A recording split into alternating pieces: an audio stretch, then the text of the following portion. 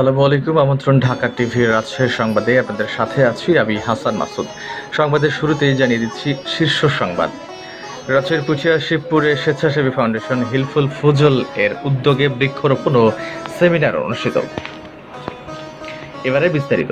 আমাদের রাজশাহী জেলা প্রতিনিধি মোহাম্মদ শিহাবুল আলম সম্রাট জানিয়েছেন, আজ 23 সেপ্টেম্বর সোমবার 2024 সকাল 10 ঘটিকায় রাজশাহীর পুঠিয়া উপজেলার শিবপুর হাটস্থ স্বেচ্ছাসেবী ফাউন্ডেশন হিলফুল ফুজলের উদ্যোগে বৃক্ষরোপণ কর্মসূচি ও সেমিনার অনুষ্ঠিত হয়।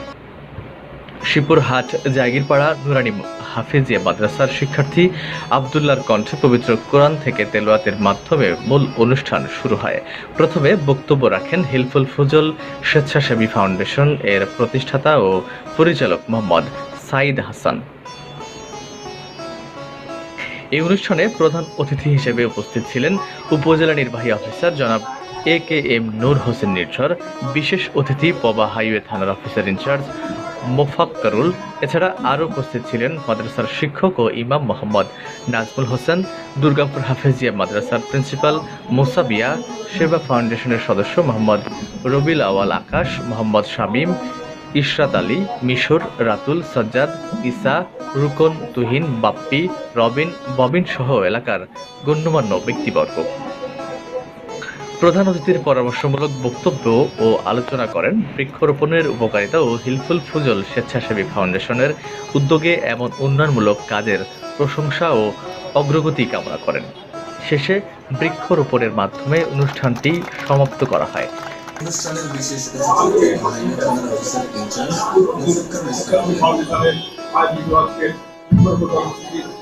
আমাদের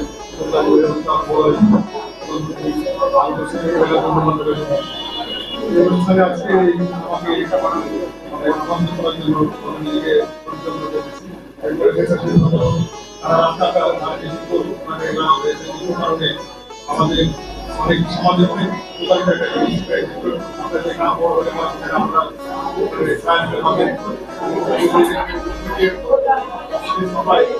অনেক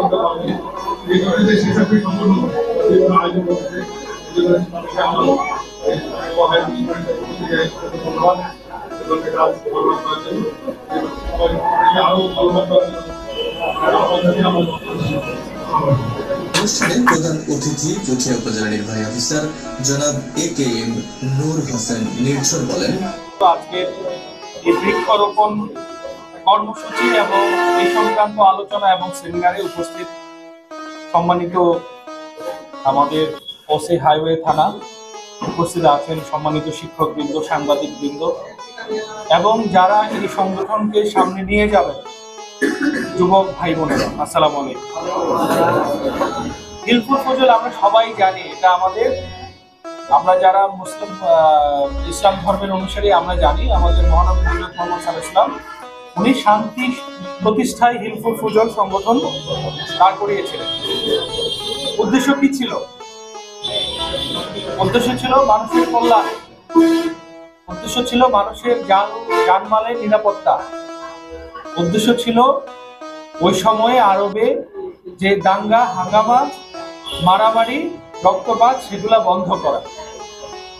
অত্যন্ত আনন্দের বিষয়, সেই একই সংগঠনের নামে পুঠিয়ার শিবপুরস্থ যে ইয়াং জেনারেশন যুব সমাজ একটি সংগঠন গড়ে তুলেছে। প্রথমত তাদের সাধুবাদ জানাই সুন্দর একটি সংগঠন প্রতিষ্ঠার জন্য। দ্বিতীয়ত তারা আজকে যে কর্মসূচিটি রেখেছে বৃক্ষরোপণ, আমাদের একজন শিবপুর হাট উচ্চ বিদ্যালয়ের একজন শিক্ষার্থী বলেছেন যে আমাদের দেশের প্রত্যেকটা দেশের মোট জমির মধ্যে থেকে কতটুকু পরিমাণ বনভূমি থাকা দরকার, সে বলেছে 25 ভাগ, কিন্তু আমাদের দেশে কিন্তু আছে 12 থেকে 15 ভাগ, প্রায় অর্ধেক।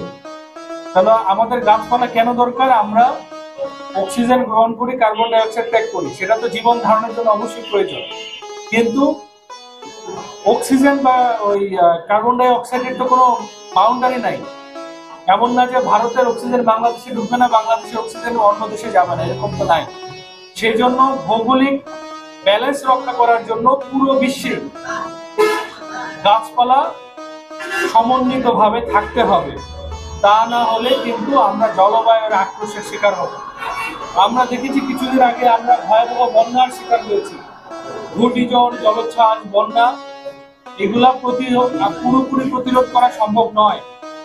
তবে আমরা যদি প্রিকশন নেই, পূর্ব সতর্কতা নেই, তাহলে সেটির প্রকোপ কমানো সম্ভব।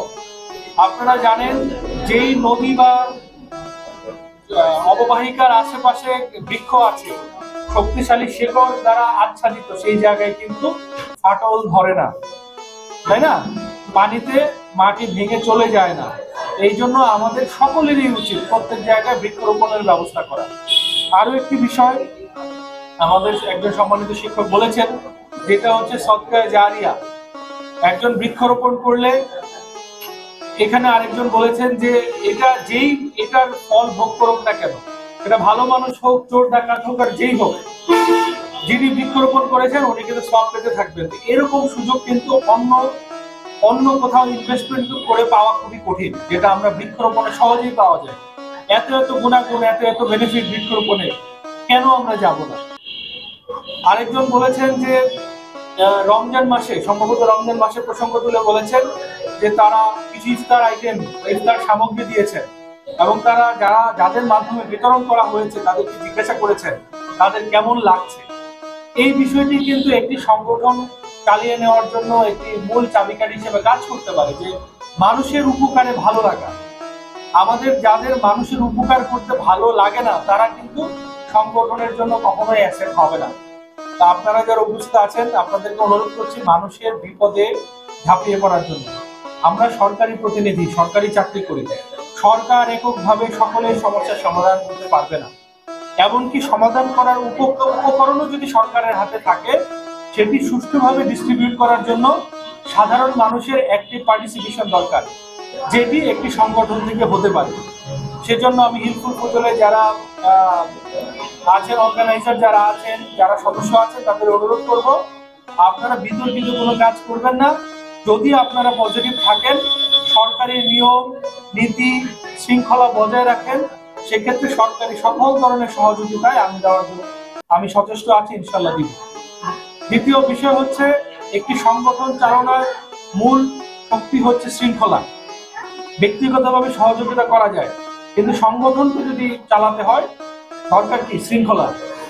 এখন আপনাদেরকে কি করতে হবে, যে আমাদের যে সংগঠন, সেটার নীতিমালা কি হবে, সেটার আচার আচরণগত ডিসিপ্লিনটা কিরকম হবে, সেটা আপনাদের সিদ্ধান্ত নিতে হবে। একটা বেঞ্চমার্ক, একটা যদি আপনার ইয়ারস্টিক বা একটা চাবিকাঠি যদি আপনার ঠিক না করেন যে এর মাধ্যমে শৃঙ্খলা নিরূপিত হবে, এর মাধ্যমে বেস্ট অর্গানাইজার সিলেক্ট হবে, এর মাধ্যমে সংগঠনের কার ডেডিকেশন কতটুকু সেটা নির্ধারিত হবে, তাহলে সংগঠন কিন্তু বেশি দিন এগোবে না।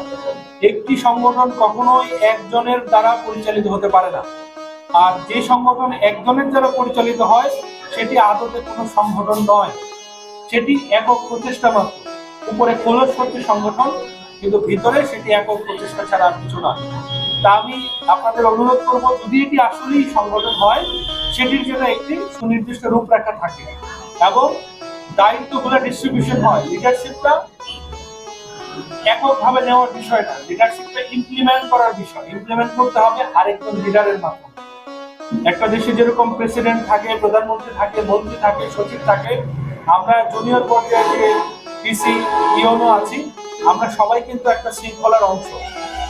একজন কিন্তু আরেকজন সিনিয়রকে মানতে বাধ্য। আবার যখন কোনো গুরুত্বপূর্ণ সিদ্ধান্ত নিতে হয়, তখন কিন্তু প্রধানমন্ত্রী, মন্ত্রী, সচিব একসাথে বিভিন্ন বাহিনীর প্রধান মিলেই সিদ্ধান্ত নেয়। একটা সংগঠনও কিন্তু সেরকম। আপনারা যদি গুরুত্বপূর্ণ সিদ্ধান্তগুলো একসাথে নেবেন, কিন্তু বাস্তবায়নের ক্ষেত্রে চেইন অফ কমান্ডার যদি থাকে, তাহলে একটা সংগঠন ভালোভাবে চলবে। দ্বিতীয় বিষয় হলো, আমরা দেখতেছি অনেক স্কুল ড্রেস পরা ছেলেমেলে সামনে আছে, মাদ্রাসা স্টুডেন্টও আছে। আমার প্রশ্ন হচ্ছে, আজকে কি স্কুল খোলা না বন্ধ? যদি খোলা থেকে থাকে, তারা কি প্রপারলি তাদের প্রধান শিক্ষকের অনুমতি নিয়ে এসেছে কিনা আমি জানি না, আমি যাচাই করতে যাবও না। শুধু এটা বলার উদ্দেশ্য হচ্ছে, শৃঙ্খলা রক্ষার্থে যদি একটি সংগঠন হয়, তাহলে আমরা যাদের নিয়ে সংগঠন করব তাদের থেকে আমি এই শৃঙ্খলাটা আশা করব, যে তারাও একটা শৃঙ্খল মানুষ হিসেবে, শৃঙ্খল ছাত্র হিসেবে, শৃঙ্খল সিটিজেন হিসেবে এলাকায় গড়ে ওঠে। আমি এই সংগঠনের উত্তরোত্তর মঙ্গল কামনা করি। আমি এর সাথে কথা বলেছি প্রাণী সম্পদ অফিসারের সাথে, উনি বলেছেন বিষয়টি দেখবেন। এখানে কোনো সরকারিভাবে নিযুক্ত ডাক্তার ছিল না, একটি প্রজেক্ট চলে, সরকারের একটি প্রজেক্ট, সেটি ইউনিয়ন ভিত্তিক কাজ করে। যেহেতু বানেশ্বর ইউনিয়ন পরিষদে হয়তো উনি রুম পাননি, সেই জন্য উনি শিবপুরে এসে অবস্থান করেন বলে, মাঝে মাঝে করেন বলে আমার কাছে তথ্য এসেছে। তবে এটি আমি অবশ্যই যাচাই বাছাই করে দেখব, যদি এখানে নিয়মিতভাবে দেওয়ার সুযোগ থাকে সেটা আমি অবশ্যই করব। হসপিটালের প্রসঙ্গ এসছে, সম্ভবত এটিও একটি সাব সেন্টার টাইপ, সেখানেও যাতে নিয়মিত চিকিৎসা সেবাটি নিশ্চিত করা যায় সেজন্য আমি চেষ্টা করব। আপনারা আমার সাথে যোগাযোগ করবেন নিয়মিত, যে এটার কতটুকু আপডেট হলো বা এটার মূল তথ্যটা কি। বিষয়টা হচ্ছে আমরা অনেকে না জানার কারণে ভুল সিদ্ধান্ত নেই বা আরেকজনকে ভুল বুঝি। আসলে বিষয়টা কি সেটা জানার জন্য আপনাদেরকে একটু তৎপর হতে হবে। যেটা আমি বললাম, অনেক সময় সরকারের লজিস্টিক সাপোর্ট থাকে, কিন্তু কোন জায়গায় কোন জিনিসটা সময় দিতে হবে ওই সমন্বয়ের অভাব থাকে, সেজন্য এই সংগঠনের গুরুত্ব আছে। তো বৃক্ষরোপণ হবে, সকলকেই আমি অনুরোধ করব যাদের আশেপাশে বৃক্ষরোপণ করার সুযোগ আছে, আমরা তো আজকে উদ্বোধন করেই দিলাম, এর বাইরেও আমরা সব জায়গায় বৃক্ষরোপণ করে যাব। আর একটি শেষ কথা আমি বলে দিই, যে সংগঠনের ফান্ড আছে, টাকা পয়সার আসে উপর থেকে, আরেকজনের টাকায় সংগঠন চলে, সেই সংগঠনের প্রতি মানুষের মমত্ববোধ কম থাকে। আর যেই সংগঠন নিজেদের টাকায় চলে, হোক না সে অল্প টাকা, ফান্ড আসতেই পারে, কিন্তু নিজেদেরও কন্ট্রিবিউশন আছে, হতে পারে এক মাসে 50 টাকা, 10 টাকা, 20 টাকা, নিজেদের কন্ট্রিবিউশন থাকে। সেখানে কিন্তু সংগঠন খুব আর্থিকভাবে সংযুক্ত হয়ে যায় এবং এই সংগঠনের প্রতি ডেডিকেশন থাকে। মানুষও ধন্যবাদ এতক্ষণ ঢাকা টিভির সাথে থাকার জন্য। ঢাকা টিভির নিচে দেখুন, অন্যকে দেখতে উৎসাহিত করুন। এবং এই সংগঠনের উত্তরোত্তর সবার আগে সর্বশেষ সংবাদ জানতে ঢাকা টিভির সঙ্গে থাকুন।